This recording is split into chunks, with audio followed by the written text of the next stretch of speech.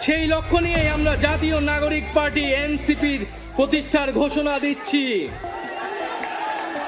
এটি হবে একটি গণতান্ত্রিক সমতা ভিত্তিক এনসিপির রাজনৈতিক প্রেক্ষাপট এমন একটা থ্রিলার সিরিজে পরিণত হয়ে গেছে যেখানে স্ক্রিপ্ট কিন্তু রিপিটেড, কিন্তু দর্শক এমন একটা আশায় বসে থাকে এবার বুঝি নতুন কিছু হবে।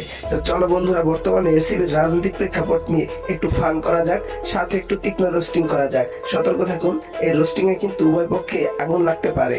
তো চলো বন্ধুরা, কথা না বাড়িয়ে হালকা মেজাজে একটু কথা বলা যাক।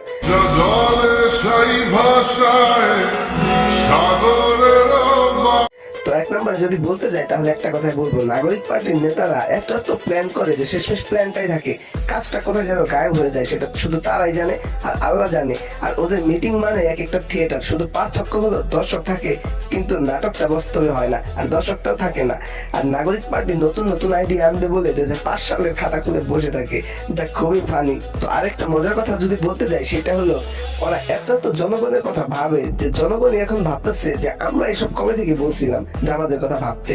আর তাছাড়া নাগরিক পার্টির নেতারা বক্তৃতা দেয় এমন ভাবে যেন ভবিষ্যৎ তাদের পায়ের কাছে এসে বসে আছে, শুধু টাইম মেশিনে খুঁজে পাওয়া যায় না সেগুলা। নাগরিক পার্টি নিয়ে তো অনেক কথাই বললাম, এবার আমি কথা বলতে চাই আমাদের প্রাণপ্রিয় বড় ভাই হাসানাত আব্দুল্লাহ ভাইকে নিয়ে। ভাই রে, আমাদের হাসানাত আব্দুল্লাহ ভাই যখন মাইকে বক্তৃতা দেন, বক্তব্য দেওয়া একবার শুরু করেন, তখন মাঝে মাঝে মাইকটা মনে মনে ভাবে, ভাই রে একটু বিশ্রাম দেন ভাই, আমার একটু ছাইড়া দেন। আর দ্বিতীয় যদি তার কথা বলতে চাই তাহলে বলতে হয় তিনি রাজনীতিতে এমন এমন সব প্রতিশ্রুতি দেন, মানে এগুলা শুনে রূপকথার লেখকরা লজ্জায় পড়ে যান যে এগুলো তো আমরা রূপকথায় কোনোদিন লিখি নাই, এত এত প্রতিশ্রুতি দেই নাই। আর যদি আরেকটা কথা বলতে চাই তার সম্পর্কে, এটা বলতেই হয় যে তার পরিকল্পনার বাস্তবায়ন মানুষ দেখতে দেখতে বাচ্চাগুলো ভোটার হয়ে গেছে, কিন্তু পরিকল্পনার বাস্তবায়ন গুলো এখনো কেন জানি দেখতে পায় নাই কেউ।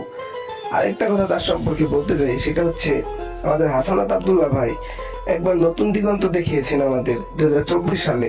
সে সূর্য এখন কনফিউজড, আমি কি প্রতিদিন উঠছি ঠিক ঠিক জায়গা মতো নাকি। আর তিনি এত এত ভবিষ্যতের কথা আমাদেরকে বলেন প্রতিনিয়ত, মানে এগুলো শুনে গুগলও বলে এই তথ্য তো আমার কাছে নাই রে ভাই। লাস্ট একটা কথা তার সম্পর্কে বলতে চাই, সেটা হচ্ছে আমাদের হাসানাত আব্দুল্লাহ ভাই মানে আমাদের আওয়ামী লীগকে এত পরিমাণ সমালোচনা করেন যে মানে ভাবটা দেখে মনে হয় যে আওয়ামী লীগ আসলে তার এক্স গার্লফ্রেন্ড হয়ে গেছে।